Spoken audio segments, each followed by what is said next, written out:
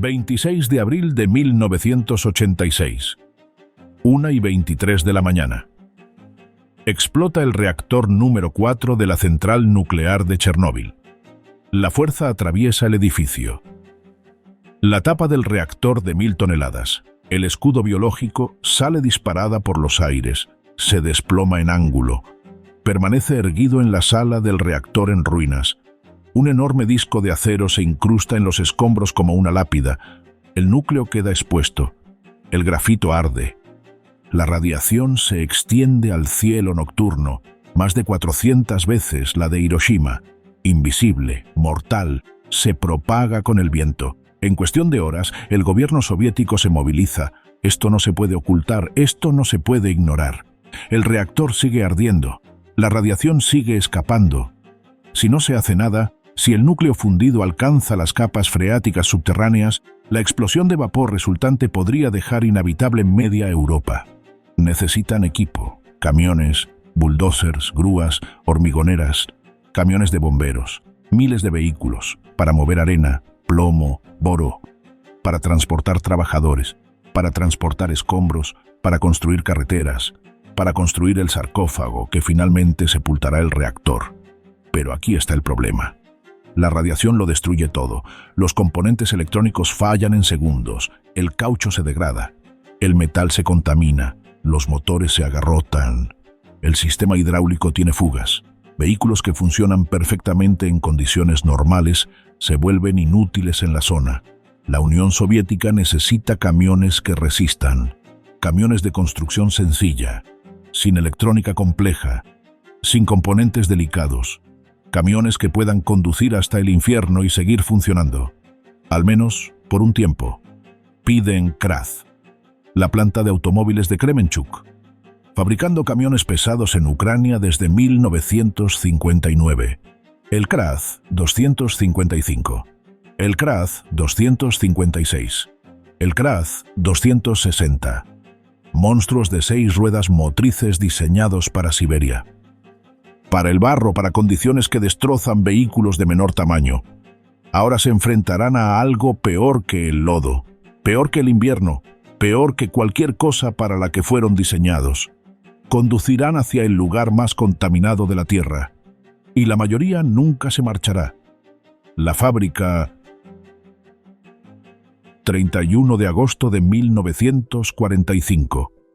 El Comisariado del Pueblo para las Vías de Transporte emite una orden de arresto. Construir una planta de puentes mecánicos en Kremenchuk, una ciudad de Ucrania, a orillas del río Dnieper. La ubicación es estratégica, céntrica, conectada por ferrocarril y agua, con margen de expansión. La primera piedra se coloca en 1946. Durante 8 años, la planta construye puentes, estructuras metálicas, más de 600 puentes con una longitud total de 27 kilómetros. Para el Dnieper, para el río Moscova, para el Volga, para el Daugava. Infraestructura para un país en reconstrucción tras la guerra. En 1956 las prioridades cambian. La mecanización agrícola se convierte en el centro de atención. La planta se reorganiza. Se convierte en la planta de combinaciones Kremenchuk. Comienza la fabricación de cosechadoras de maíz y maquinaria agrícola. En 2 años se producen 11.000 máquinas agrícolas. La planta demuestra su capacidad para gestionar la fabricación compleja. Llega el 17 de abril de 1958. El Comité Central del Partido Comunista de la Unión Soviética emite un decreto. Se reconstruye la planta para la producción de vehículos pesados. Se transfiere la fabricación de camiones pesados de la planta de motores de Yaroslavl. Kremenchuk se convertirá en un centro de vehículos todoterreno. La transformación es rápida. Nuevos equipos, nuevas herramientas, capacitación para los trabajadores. Los 2 primeros camiones Volquete Kraz 222 se ensamblan a partir de unidades importadas el 10 de abril de 1959. Estos son los modelos de Dnipro, capacidad de 10 toneladas. El comienzo de la historia de los camiones Kraz. Para 1961, la planta exportaba más de 500 vehículos a 26 países: Argentina, Afganistán, Bulgaria, China, India, y Vietnam. La demanda es inmediata. Estos camiones funcionan donde otros fallan. La reputación se consolida. En 1967 aparece el icono, el CRAZ 255, un camión todoterreno de 3 ejes con tracción en las 6 ruedas, propulsión en las 4 ruedas, desarrollado directamente a partir de su predecesor, el CRAZ 214, pero más potente, más capaz, más de todo. El motor es un YAMEC 238, un V8 diésel, 14,86 litros de cilindrada, 240 caballos de potencia a 2100 revoluciones por minuto. El mismo motor utilizado en el vehículo blindado de transporte de personal sobre orugas MTLB. Probado, fiable, potente para trabajos exigentes. La transmisión es la IAMZ 236N, más fiable que la anterior, IAAZA 204. 5 marchas adelante y reversa. Una caja de transferencia para reductora. Todo mecánico, nada de electrónica. Solo acero, engranajes y habilidad al volante. Los neumáticos lo dicen todo, 1300 por 530 por 533 milímetros. Enormes, anchos, generando baja presión sobre el suelo. El camión pesa 12 toneladas en vacío. Puede transportar 7,5 toneladas fuera de carretera. La capacidad de carga es considerable, pero la capacidad es más importante que las cifras. El apodo surge de forma natural. Laptjornik se traduce aproximadamente como el que usa zapatos de Liber. Sus neumáticos anchos. La capacidad de caminar sobre cualquier terreno. Como los tradicionales zapatos de Liber rusos, distribuyendo el peso. El nombre se quedó. Todos los llaman Laptjornik. El CRAZ 255 se vuelve legendario en toda la Unión Soviética. Obras de construcción, operaciones madereras, bases militares, aeropuertos para remolcar aeronaves, donde quiera que se deban transportar cargas pesadas por terrenos difíciles. El camión aparece, cumple, perdura. Las cifras de producción aumentan. 30 de diciembre de 1968.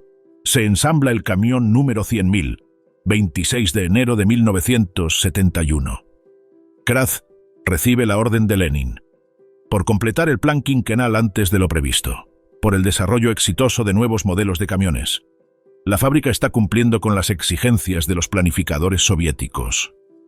Para 1986, la producción anual alcanzó los 30.655 vehículos, el resultado más alto en la historia de la planta. Los camiones están en todas partes.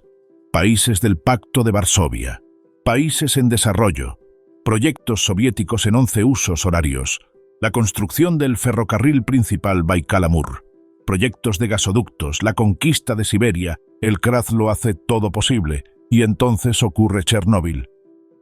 La llamada 26 de abril de 1986, la mañana después de la explosión. La magnitud del desastre queda clara. El fuego arde. Las lecturas de radiación son incomprensibles. Los dosímetros alcanzan un máximo de 500 Röntgen por hora. Los niveles reales son mucho más altos. Esto no es un accidente industrial. Es una catástrofe.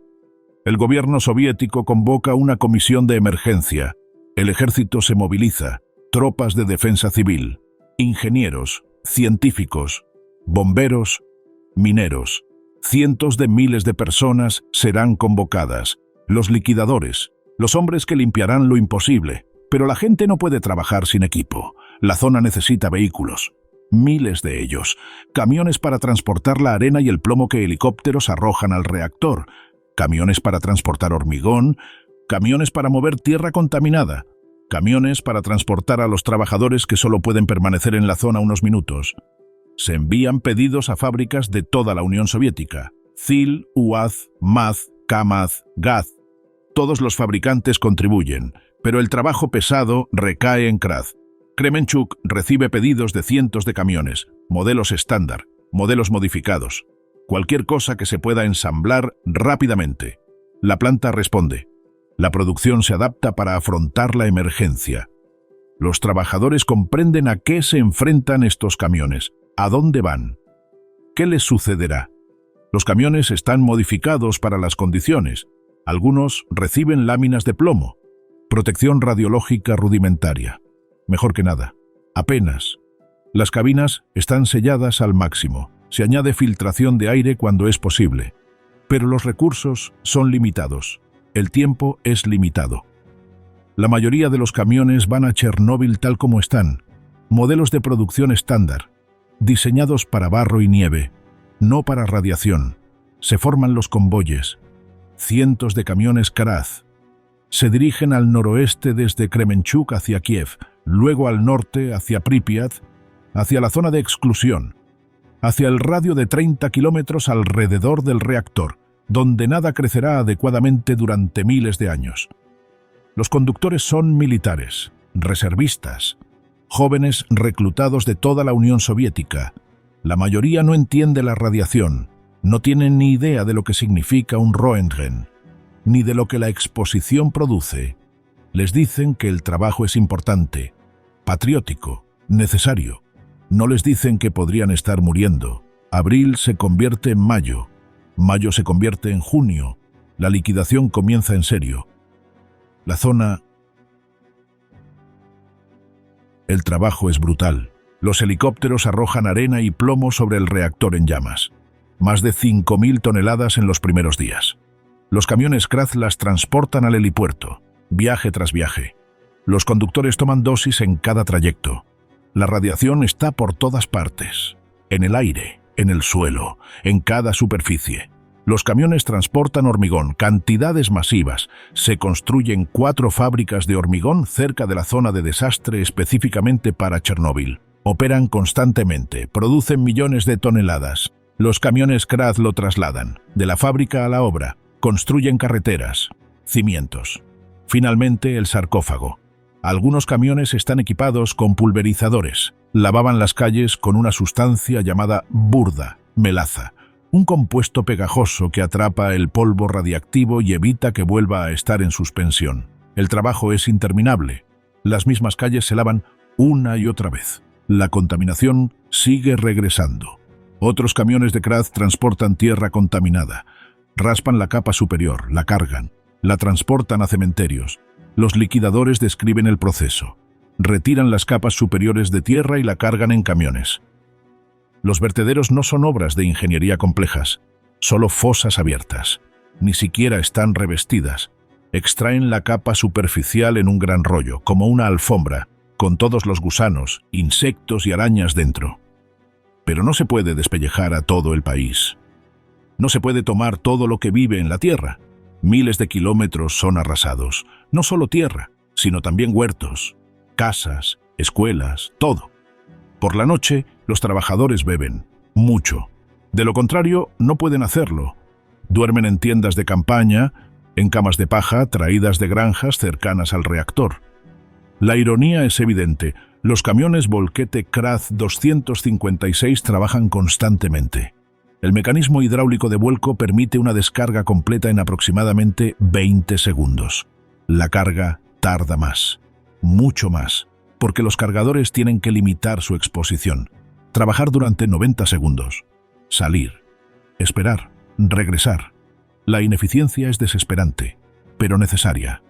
Algunos trabajos requieren segundos, literalmente, en el tejado del reactor número 3, junto al destruido reactor número 4.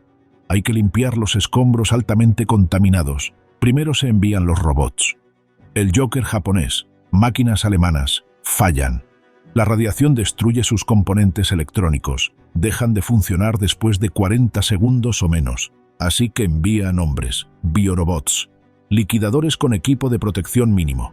Cada hombre puede trabajar de 40 a 90 segundos como máximo, no más. Los niveles de radiación son así de altos.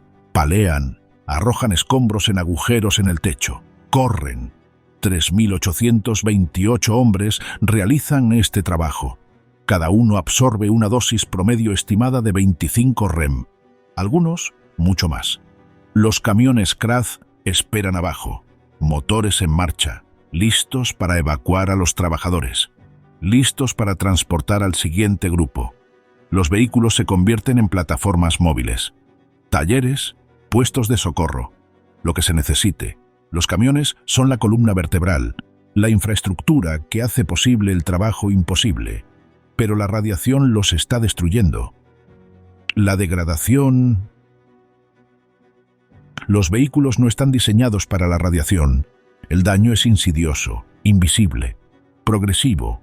Las juntas de goma se deterioran más rápido, las líneas hidráulicas presentan fugas, los sistemas eléctricos fallan, no por complejidad, por la propia radiación, descomponiendo materiales a nivel molecular. Los marcos de madera de las cabinas CRAS son una ventaja. La madera no se vuelve radiactiva como el metal. Sin embargo, los paneles de acero galvanizado de la carrocería sí lo son. Todo el camión absorbe la contaminación, convirtiéndose en una fuente de radiación. El mantenimiento se vuelve imposible. Los mecánicos revisan los niveles de radiación antes de trabajar en los vehículos. Si un camión está demasiado caliente, las reparaciones son limitadas. Soluciones rápidas. Tiempo mínimo bajo el vehículo. Cambiar el aceite, reemplazar los filtros. Salir. No se pueden seguir los procedimientos normales de mantenimiento.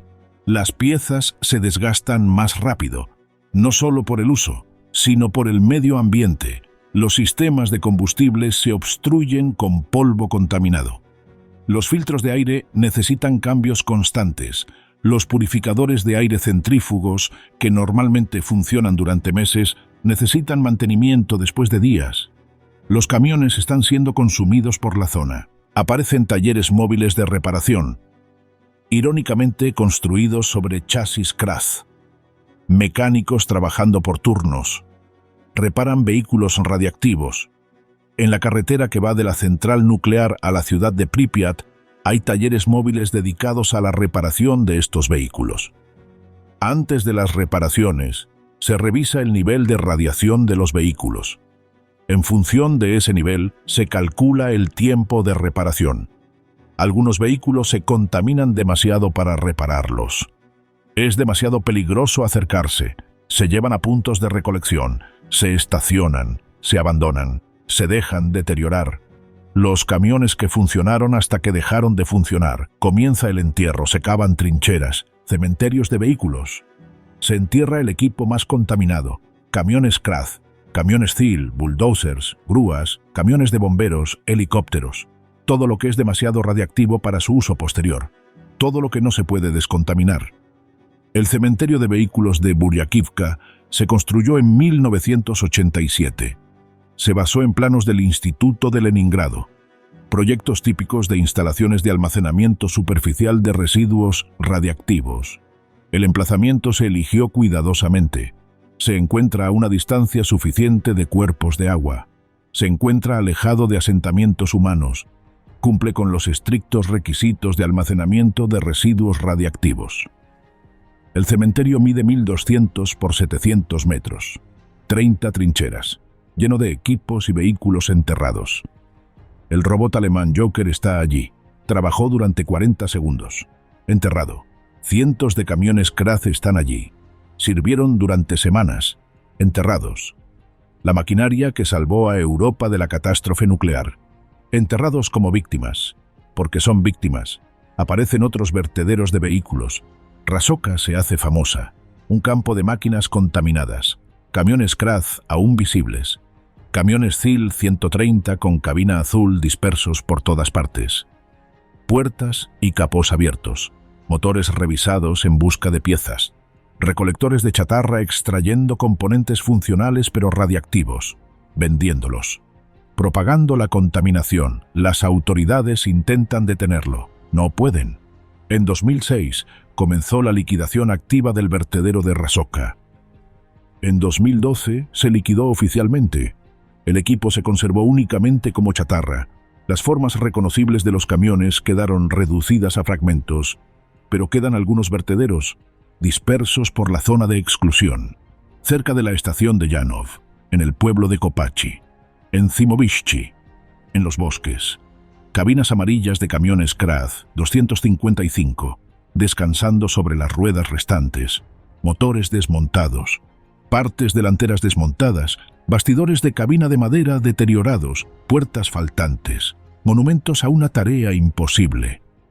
Los liquidadores. 600.000 personas reciben reconocimiento oficial como liquidadores. La cifra es alarmante. Más de 500.000 de personas fueron llamadas a afrontar las consecuencias. Personal civil y militar, bomberos, médicos, químicos, mineros, constructores, ingenieros, conductores, cocineros. Personas de diversas profesiones que trabajan en la zona de exclusión. La mayoría son hombres jóvenes. La edad promedio es de 34,3 años. Reclutados de la Reserva Militar.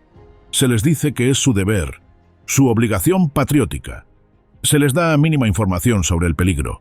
Se les envía a trabajar en condiciones que violan todos los protocolos de seguridad. Llegan de toda la Unión Soviética, Rusia, Ucrania, Bielorrusia, Armenia, Azerbaiyán, Georgia. Todas las repúblicas contribuyen. Algunos son voluntarios, la mayoría son reclutados. Todos son necesarios. La magnitud del trabajo exige esta movilización masiva. Los primeros liquidadores se encuentran en el lugar durante la explosión o llegan en los primeros días. Bomberos que respondieron de inmediato. Operadores de la planta que intentan contener los daños. Estos hombres reciben las dosis más altas. Muchos mueren en cuestión de meses. Enfermedad por radiación aguda, muertes horribles, cuerpos destruidos desde el interior. Los liquidadores de 1986 a 1987 realizan la mayor parte del trabajo peligroso.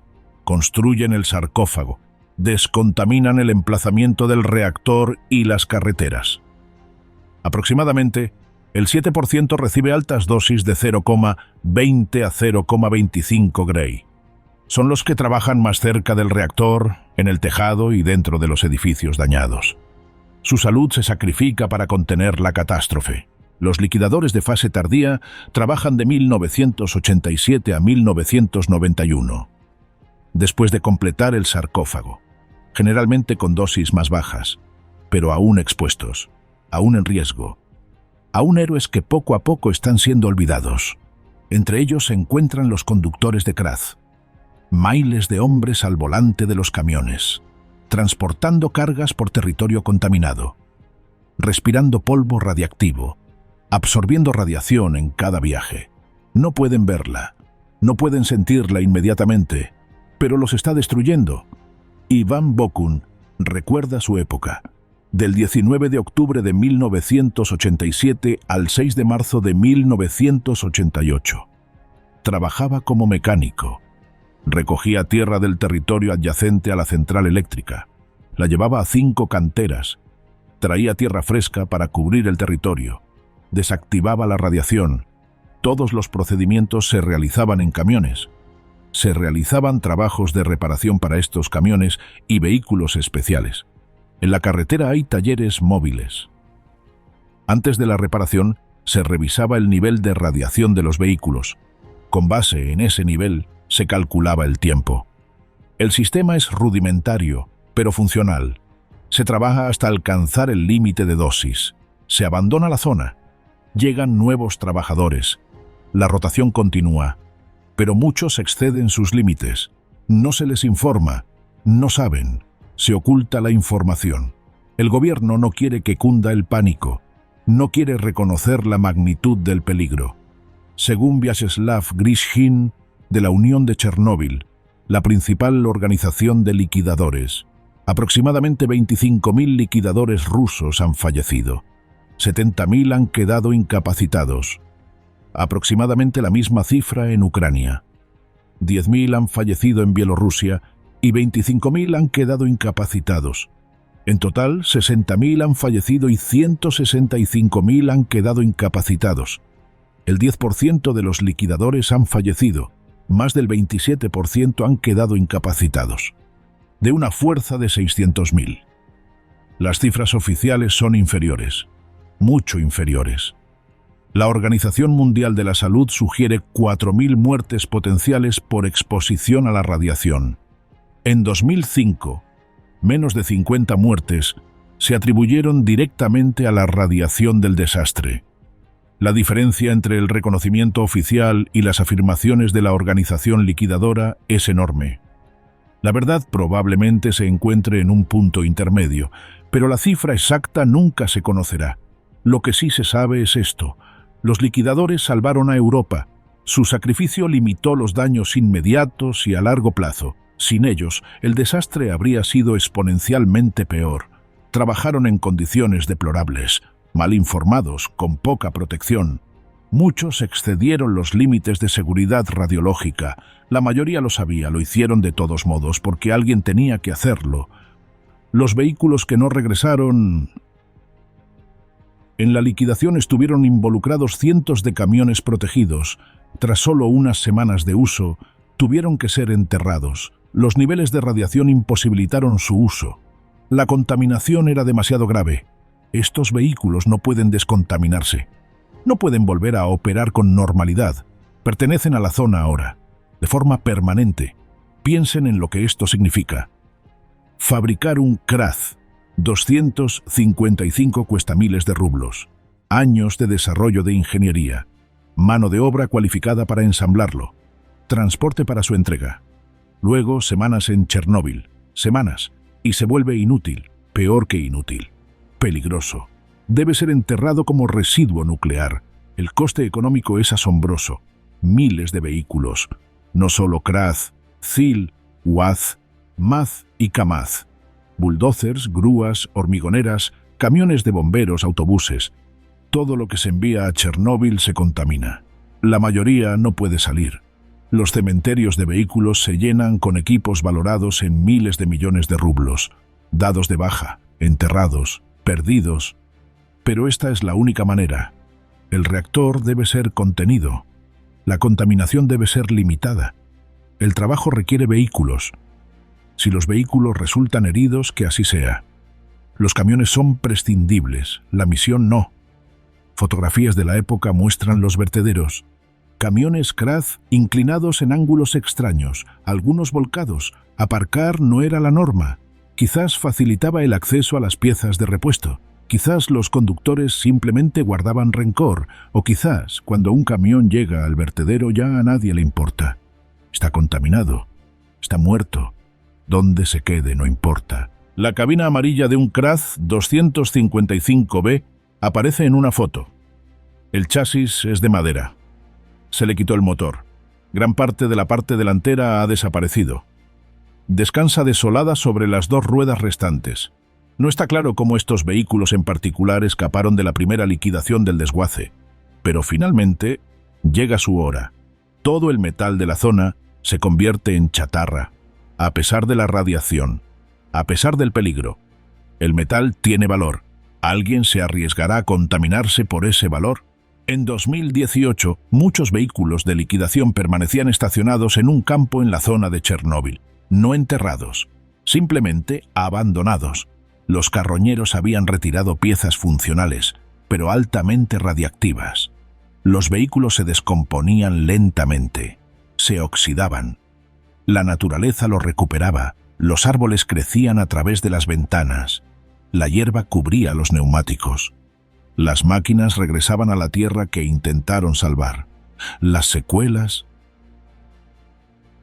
Noviembre de 1986. El sarcófago está completo. Se colocaron 200 metros cúbicos de hormigón entre el lugar del desastre y los edificios operativos. El reactor en llamas quedó sepultado. La crisis inmediata ha terminado. Comienza la contención a largo plazo. El trabajo continúa a escala reducida. Construcción de carreteras, descontaminación, destrucción y enterramiento de edificios y bosques contaminados. La zona requerirá gestión durante décadas, durante siglos, pero la fase heroica ha terminado. La movilización de emergencia termina. Los camiones regresan a casa, los que pueden. Muchos vehículos de Kraz sobreviven a la zona, contaminados pero funcionales. Se someten a descontaminación, se lavan con soluciones especiales. Se eliminan la pintura y las capas superficiales. Se realizan pruebas. Algunos pueden recuperarse. Se devuelven al servicio lejos de zonas pobladas, en obras remotas. Tala en Siberia. En cualquier lugar donde la contaminación sea menos preocupante que la capacidad. Otros Se consideran demasiado peligrosos, se unen a los cementerios o a los vertederos de vehículos, esperan su disposición final. La decisión es tanto económica como de seguridad. Un camión que vale la pena salvar se salva, un camión que no vale la pena el esfuerzo se abandona. La planta de automóviles de Kremenchuk continúa su producción. El máximo de 30.655 camiones de 1986 nunca se volvió a alcanzar. La Unión Soviética se desmorona. Los pedidos disminuyen. La economía se tambalea.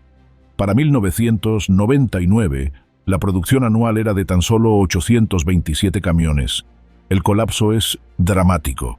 La privatización comienza en 1999. Una empresa conjunta ucraniano-alemana llamada Mega Motors adquiere una participación accionaria en 2001. Se inauguran plantas de ensamblaje en Rusia y Vietnam en 2003. La fábrica se adapta, sobrevive, sigue fabricando camiones, no a escala soviética, pero sigue viva. En 2004, Kraz obtuvo un contrato para suministrar 2.200 vehículos a Irak, más de $110 millones. El mayor contrato en la historia de la planta. Prueba de que los camiones Kraz aún tienen clientes. Siguen teniendo un propósito. La reconstrucción de Irak tras la guerra necesita vehículos pesados. Los camiones ucranianos cumplen con los requisitos. 27 de enero de 2006. Se ensambla el camión número 800.000. Un tractor de quinta rueda Kraz 6446. Este camión emblemático se entrega al presidente de Turkmenistán como símbolo de cooperación. La producción continúa. La modernización avanza lentamente. Aparecen nuevos modelos. El Kraz 6322 en 1999. El Kraz 5233 Spetsnaz entra en servicio en el ejército ucraniano en 2011. La invasión rusa de Ucrania en 2014 trajo consigo nuevos pedidos. El gobierno necesita vehículos militares, camiones blindados y apoyo logístico. Kraz se asocia con la empresa canadiense de defensa Straight Group. Produce los vehículos blindados Cougar y Spartan. La fábrica que fabricaba camiones para Chernóbil ahora fabrica camiones para la guerra. 6 de noviembre de 2022. El gobierno ucraniano, bajo la ley marcial, nacionaliza Kraz.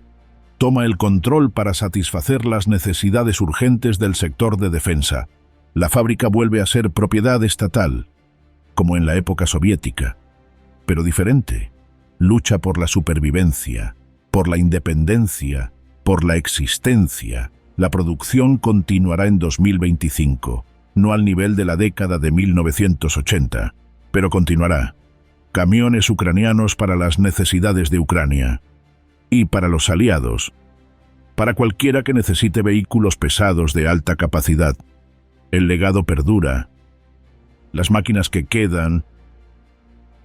La zona de exclusión está congelada en el tiempo. Los edificios se deterioran. La naturaleza recupera pueblos abandonados. Pripyat se convierte en una ciudad fantasma. Casas abandonadas. Pertenencias en su lugar. Atracciones de parques de atracciones que nunca abrieron. La noria en silencio. Un monumento a vidas interrumpidas, a un futuro que nunca llegó. Y entre la decadencia, los vehículos. Los vertederos aún existen. Los bosques aún esconden máquinas oxidadas. Los guías turísticos llevan a los visitantes a verlos. El cementerio de vehículos de Chernóbil, cerca de Rasoka, casi saqueado ahora, casi destruido, pero reconocible. Las siluetas de los camiones, de las excavadoras, de su propósito. Otros sitios conservan mejor los vehículos. Un cementerio permanece en uso hasta el otoño de 2019. El estado de los vehículos allí es de los mejores, relativamente hablando. Décadas de exposición pasan factura, pero algunos están lo suficientemente intactos como para estudiarlos, para fotografiarlos, para recordarlos. Se otorgó una medalla única de limpieza a los liquidadores, en reconocimiento a su sacrificio. En el ruso contemporáneo, la palabra liquidador no necesita aclaración, connota una mezcla de superviviente, víctima y héroe, personas que se enfrentaron a lo imposible. Hicieron lo necesario, pagaron el precio. Muchos camiones Kraz se encuentran ahora en museos ejemplares restaurados, conservados como piezas históricas. El Museo del Transporte de Budapest tiene uno. Colecciones de antiguos estados soviéticos. Cada camión es un recordatorio de lo que hicieron, a dónde fueron, lo que soportaron. Algunos siguen en servicio. Camiones CRAD 255 de 40 años, ensamblados improvisadamente. Alambre, cinta adhesiva, soldadura. Operando en lugares donde no hay vehículos nuevos o donde son inasequibles. La simplicidad que los hizo ideales para Chernóbil los hace viables para la pobreza. Si funciona, funciona. Si funciona, tiene valor. Los coleccionistas lo restauran. Existen clubes de fans de CRAD en todo el mundo. Entusiastas que aprecian la ingeniería soviética, que entienden lo que representan estas máquinas. No son solo camiones, símbolos de una época de capacidades, del precio que se paga cuando la tecnología falla y los humanos deben compensar las consecuencias. La contaminación persiste, la zona de exclusión de 30 kilómetros, el suelo, los edificios, los bosques, radiactivos durante miles de años. La vida media del plutonio 239 es de 24.000 años. La zona sobrevivirá a las naciones, sobrevivirá a los idiomas, sobrevivirá al recuerdo de lo que la creó. Pero los camiones se recuerdan. El CRAD que fue a Chernóbil. Las máquinas que siguieron funcionando cuando nada más pudo, que transportaron los materiales para construir el sarcófago, que transportaron a los hombres que salvaron Europa, los vehículos que se convirtieron en víctimas en una guerra contra la física misma. Conclusión. Hay una fotografía de la zona. Un CRAD 255 yace abandonado en un bosque. La cabina amarilla está descolorida. La pintura se está descascarando. El óxido consume el metal. Árboles creciendo a su alrededor. Naturaleza paciente, reclamando lo que los humanos dejaron atrás. El camión está vacío, sin carga, sin conductor, sin propósito. Solo una cáscara, una reliquia contaminada de una época en la que los camiones iban a lugares donde nunca deberían ir. Y hacían trabajos que nunca deberían hacer. Y pagaban precios que nunca deberían pagar. Pero ahí está. Décadas después de Chernóbil, aún reconocible. Todavía identificable como CRAD.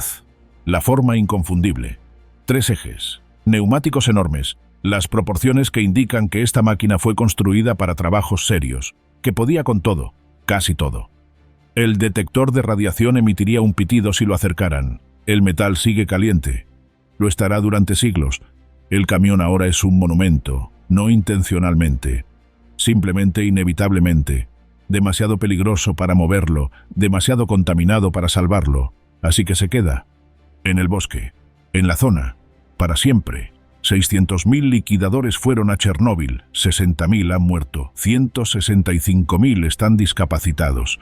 Miles más morirán de cánceres que se desarrollan a lo largo de décadas. El coste en vidas humanas es catastrófico, incomprensible, inaceptable e inevitable. Pero el trabajo tenía que hacerse. El reactor tenía que ser contenido. Europa tenía que ser salvada de una contaminación que podría haber afectado a cientos de millones. Alguien tenía que hacerlo, con lo que tuviera a su alcance, como pudiera. La Unión Soviética envió a su gente y envió a sus máquinas. La gente era héroe. Las máquinas eran herramientas. Ambos fueron consumidos por el desastre. Ambos son recordados, aunque de forma diferente. Los camiones CRAD que fueron a Chernóbil no eran especiales. No estaban diseñados para un desastre nuclear. No estaban preparados para la radiación. Solo eran camiones todoterreno de alta resistencia, fabricados en Kremenchuk, diseñados para Siberia, para obras de construcción, para el trabajo. Pero cuando los llamaron, acudieron. Cientos de ellos, a la zona, a la contaminación, a condiciones que los destruirían, porque eso es lo que hacen las herramientas. Sirven hasta que se rompen, hasta que fallan, hasta que ya no sirven. Y cuando fracasaron fueron enterrados, como los liquidadores que murieron, como los pueblos destruidos, como el futuro robado. Los camiones CRAD se convirtieron en parte del desastre, parte de la contaminación, parte del sacrificio. La Unión Soviética construyó grandes máquinas, Kamaz para misiles, MAZ para transporte estratégico, la Daniva para la aventura, Icarus para el transporte público, Robur para la logística. Cada uno tenía su propósito. Cada uno tuvo su éxito. Pero solo Kraz fue a Chernóbil en tal cantidad. Solo Kraz se convirtió en sinónimo del mayor desastre nuclear de la historia. No por gloria, por necesidad. Por estar allí cuando se les necesitaba, por negarse a rendirse hasta que la propia radiación los detuviera. Ese es el legado. No triunfo, no gran avance, solo perseverancia, capacidad, servicio, haciendo el trabajo que nadie quería, en condiciones que nadie debería enfrentar, por consecuencias que nadie merecía. Los camiones ya casi han desaparecido, enterrados, desguazados, dispersos por la zona, pero el recuerdo permanece. Las fotografías, las historias, los cementerios. El bosque consumiendo lentamente metal que será radiactivo durante milenios. En algún lugar de Ucrania un Kraz aún funciona, construido sobre la misma plataforma que aquellos camiones de Chernóbil, utilizando los mismos principios de ingeniería, la misma simplicidad, la misma capacidad. Sigue en servicio, sigue funcionando, sigue resistiendo, y en algún lugar de la zona, un Kraz contaminado se oxida lentamente, esperando a que la radiación se desvanezca, esperando a que la naturaleza lo recupere por completo, esperando el día en que la zona vuelva a ser segura. Ese día no llegará en nuestras vidas, ni en las de nuestros hijos, ni en las de sus hijos, pero el camión esperará. No tiene opción, no puede irse, solo puede quedarse. Un testimonio de lo que pasó, de lo que se requirió, de lo que se perdió. El camión fue enviado a Chernóbil, un lugar radiactivo. Se quedó allí para siempre.